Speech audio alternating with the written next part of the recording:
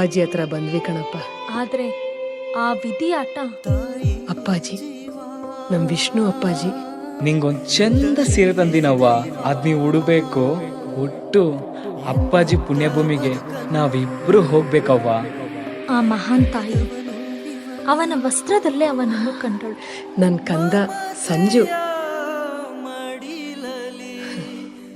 ಜೊತೆಗೆ ನಮ್ಮ ಅಪ್ಪಾಜಿ ಅಜರಾಮರ ಅಜರಾಮರ.